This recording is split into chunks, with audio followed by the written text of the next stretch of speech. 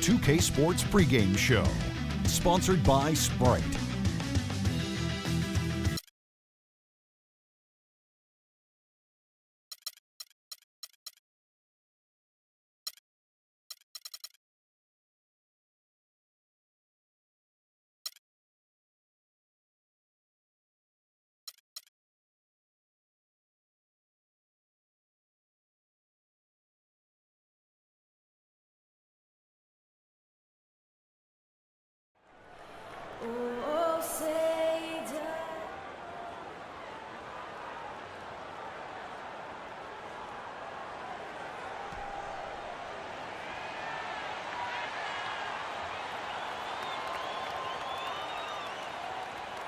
The Jazz are away from home as they take on their Western Conference rival in today's game.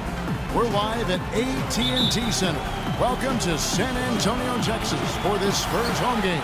You're in for a treat as we bring you NBA basketball on 2K Sports. I'm Kevin Harlan with Steve Kerr and Clark Kellogg with Doris Burke reporting from the sidelines.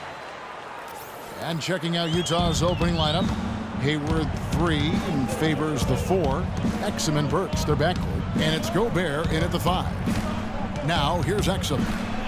And he gets it to go. Well, head coach Greg Popovich, a big believer in what he calls corporate knowledge, the idea that continuity breeds success through players truly understanding the system at a deep level. Here's Leonard. 1:24 left to play here in the first. Parker passes to Splitter. Gobert with the block. It's tipped. So here's Burks. Pass to Exum. Favors with a screen on Parker. Here's Exum. It's rebounded by Leonard. Well, that's a bad miss right there. I mean, you'd like to see him be a little more assertive when he has such good position. Left side, Leonard. Duncan up on top. Parker with a clean look. And that comes off the assist by Duncan. And here's Exum. There's 38 seconds left in the first quarter of the game.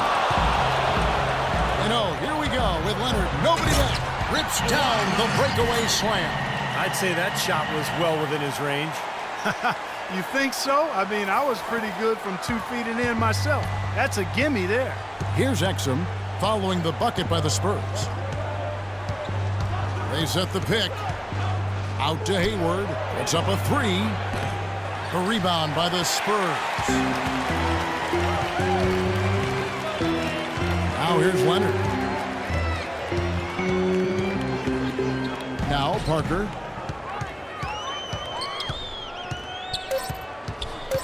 Back to Leonard. Fires the 3. And the release was before the buzzer, but it's off target.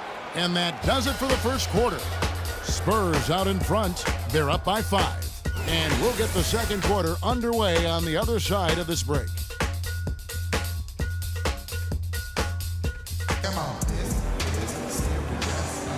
Now the second quarter getting ready to start up. And taking a look at San Antonio's performance here, Clark and Steve. What have they been doing or not doing? Yeah, the defense has been terrific. They came out right from the beginning alert and focused, and they've been really good at that end of the floor. And I think Coach has to be pleased with the effort, Steve.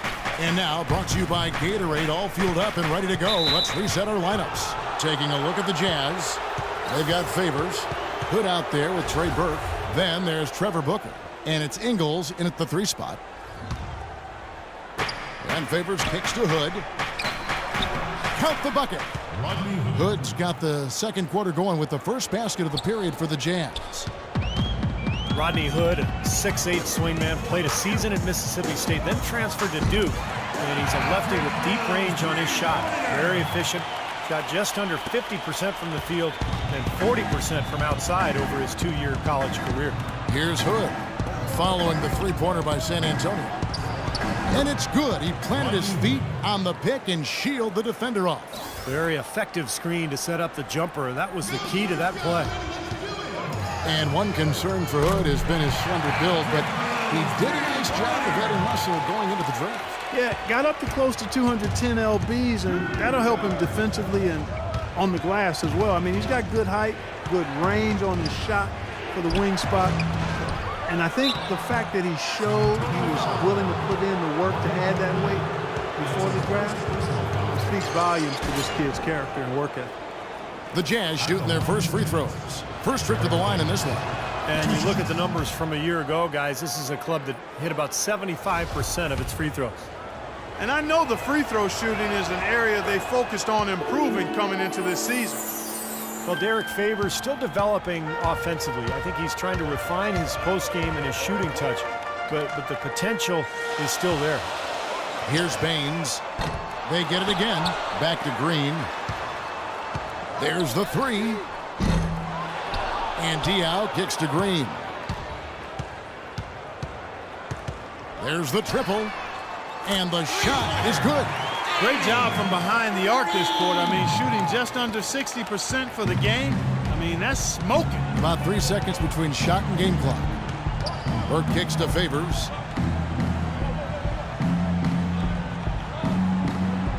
The pass to Hood. To the right side. Burke. Second shot opportunity. Green with the block. Diaw with it from past the arc. What a play! Simply drains it in at the buzzer.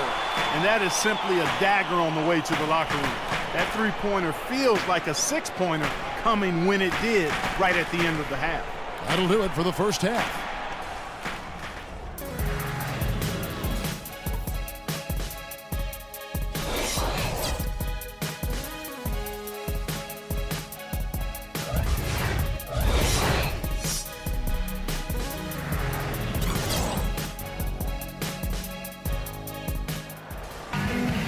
Welcome back, everybody. Third quarter just about to get going here in what has been so far a runaway game. Look at Patty Mills. What a contribution. Yeah, and you know the numbers aren't that gaudy when you look at the box score. It's more about his energy and his impact. You know, sometimes the stats can be misleading, but he certainly has been a big factor. Ginobili and Leonard on the wings. Down low, it's Duncan and Splitter, and it's Parker in at the point guard. And that's who's in the game for the Spurs. For years, the Jazz have been one of those teams that always finish near the top in team fouls, but last year they kind of shook that stigma. From deep, sinks it. What range from outside. Wow. Parker's got 6 points. He's been so reliable again today, Kevin, and they need his points, and he's providing them. Here's Exum. Misses from short range. Well, it's a little bit of a silver lining for how they struggled. The Jazz were right in the middle of the pack for fouls in what is usually a problem area for them. Leonard kicks to Duncan. Ginobili left side. From deep three-point range. No luck. And it's Utah the other way. Well, you wonder with the Jazz, Clark. Less fouls this last year, but also their defense took a step backward as well. You know, their defense didn't have the same bite, and it might have been connected to them picking up fewer fouls, but I would say they are both a result of this group just not being as aggressive and locked in on defense as they need to be. And Duncan gets it to go in. Duncan's got the lead up to 12 now for the Spurs. You know, I'd like to see more of that from him. He's been passing up his shot more than usual, even though he's hitting the ones he takes. He's got to be more aggressive. A different look for Utah. Trevor Booker, he's checked in now for Favors. And it's Burke in for Exum. We've got a 9-second difference between the shot clock and the game clock. Burke's with it. Picked up by Ginobili. Here's Hayward. Rebound, Kawhi Leonard. Leonard's got 3 rebounds now in this one. Parker outside. Here's Leonard. From deep, from beyond the arc, and then some. Leonard's got 7.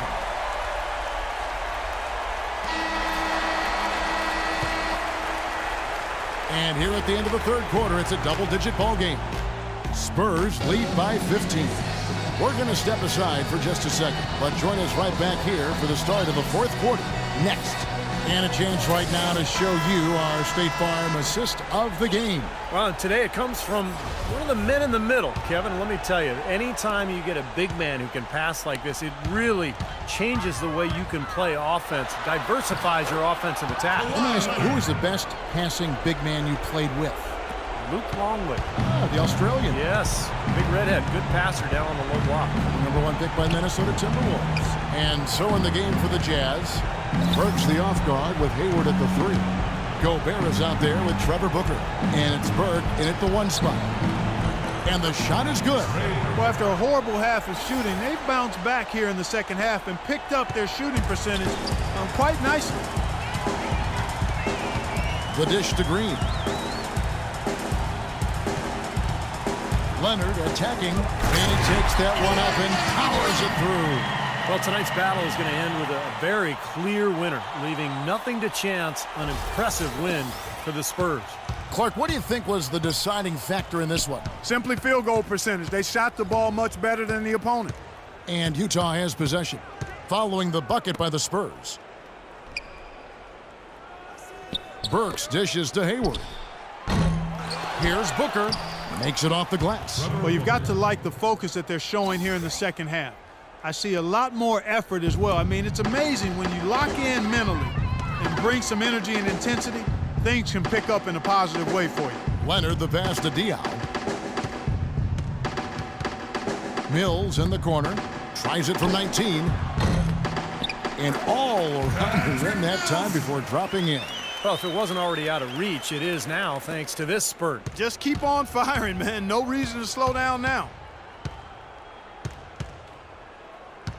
Now here's Burke, covered by Mills. In the corner, it's Hayward. He dents the rim with a two-handed slam. Wow. Well, their offense has kicked into gear, but it seems to have arrived a little bit too late. And as a coach, that can really be frustrating. I mean, your guys were stumbling along for most of the game, and now, when it's basically over, they finally decide to come alive.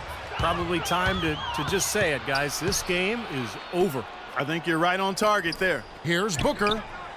Nets the corner 3. For 3. We've got 13 seconds left in the fourth quarter. And out of bounds as Utah gains possession. Where was he going with that pass? I mean, that's just an awful turnover.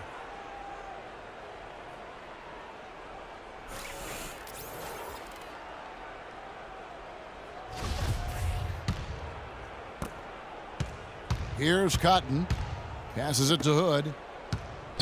Wing shot on the way. Second chance shot, and he was fouled in the act of shooting. Chance here now for a three-point play. He's a grinder. Love what he does under the offensive boards, really bringing energy and life to his team. Parker outside, misses. And so it's San Antonio with the win. Well, Tim,